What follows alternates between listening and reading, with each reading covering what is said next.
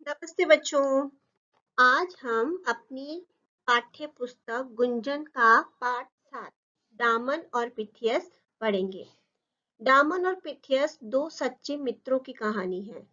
सच्चे मित्र वो होते हैं जो मुसीबत पड़ने पर हमारे काम आते हैं, हमें सही और गलत की समझ देते हैं और उन्हीं को हम अपना सच्चा मित्र मान सकते हैं। तो ये भी कहानी ऐसे ही दो सच्चे मित्रों की है जिनकी मित्रता, जिनकी दोस्ती को देखकर एक राजा का भी दिल पसीज गया। ऐसा राजा जो बहुत अत्याचारी था। तो शुरू करते हैं हमारी कहानी दामन और पिथियस। एक समय दो मित्र थे, दो दोस्त थे। एक का नाम था दामन और दूसरे का नाम था पिथियस।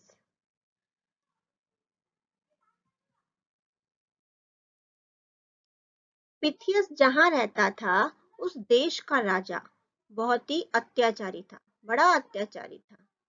उसने कुछ दोष लगाकर, दोष मतलब किसी तरह का कोई इल्जाम लगाकर पिथियस को कैद कर लिया और उसे फांसी की सजा सुना दी।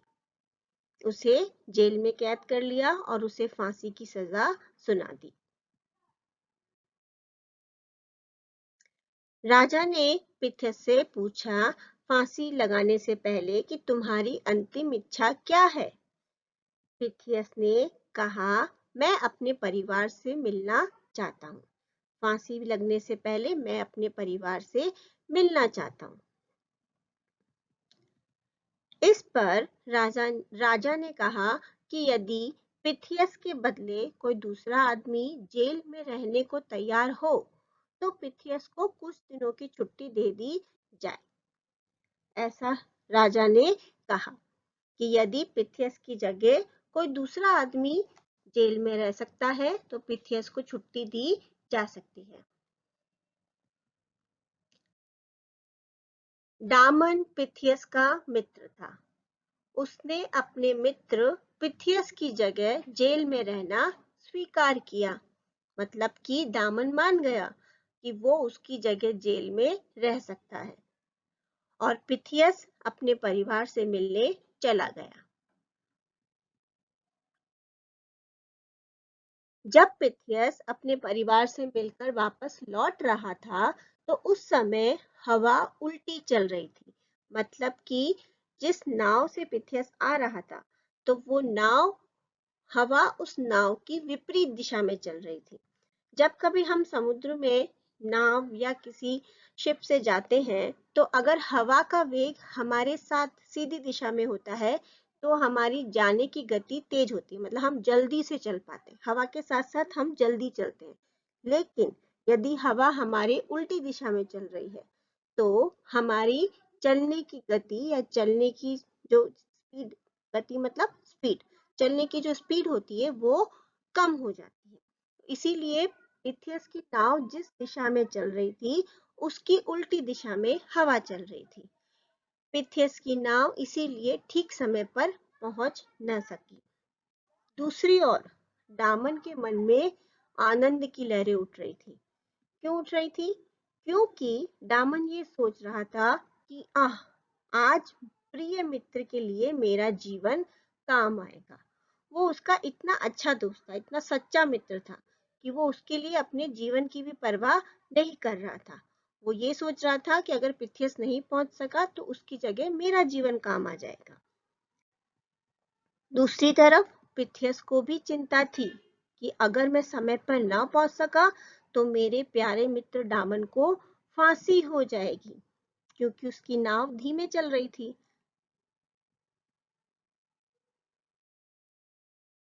फांसी का समय आ गया। दामन को फांसी के तख्ते पर चढ़ा दिया गया। दामन प्रसन्न था, खुश था। उसे किसी तरह की कोई चिंता और दुख नहीं था। वो खुश था कि वो अपने दोस्त के काम आ रहा है। वहां पर जो लोग इकट्ठा हुए थे वो बोलने लगे कि पिथियस ने मित्र को धोखा देकर अच्छा नहीं किया। वो ये सोच रहे थे कि पिथियस ने दामन को धोखा दे दिया, वो नहीं आएगा और उसकी जगह दामन को फांसी हो जाएगी। लेकिन दामन ने चिल्लाकर कहा, ऐसा मत कहो। पिथियस सच्चा मित्र है। वो किसी कारणवश नहीं पहुंच पाया होगा, क्योंकि दामन को पिथियस पर पूरा विश्वास था कि वो उसको धोखा नहीं दे सकता है। उसके बाद दामन ने जल्लाद से कहा, जल्लाद होते हैं जो फांसी लगाते हैं, तो जल्लाद से दामन ने कहा, भाई समय हो गया है, तुम देर क्यों कर रहे हो? जल्लाद ने फांसी का फंदा दामन पर लगा दिया। तभी जैसे ही उसने फांसी का फंदा दामन के गले में लगाया, दूर से आवाज आई, ठहरो ठहरो, मैं पिथियस हूँ, फांसी की सजा मुझे हुई है। इतने में पिथियस वहां आ गया और उसने कहा, ठहरो ठहरो, मैं पिथियस हूँ, फांसी की सजा मुझे हुई है। देखते ही देखते पिथियस दौड़ता हुआ दामन के पास पहुंचा और उसे अपने गले लगा लिया और उसके गले से फांसी का फंदा निकाल के अपने गले में डाल लिया। ये सब कुछ वहां पे बैठा राजा देख रहा था कि दोनों मित्रों के बीच में कितनी सच्ची मित्रता है। राजा ने चिल्लाते हुए कहा, रुको रुको, मेरे पास आओ। मैं ऐसे सच्चे मित्रों की जोड़ी को तोड़ना नहीं चाहता हूँ। मैं चाहता हूँ कि आप भी मुझे अपना मित्र बना लो।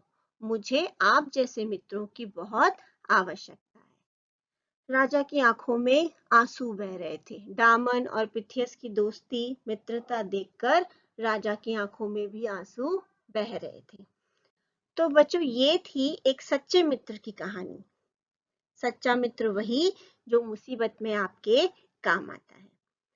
ये कहानी आपका पाठ 7 दामन और पिथियस की है। आप भी अपना पाठ पढ़िएगा और ध्यान से इस कहानी को समझने की कोशिश करिएगा।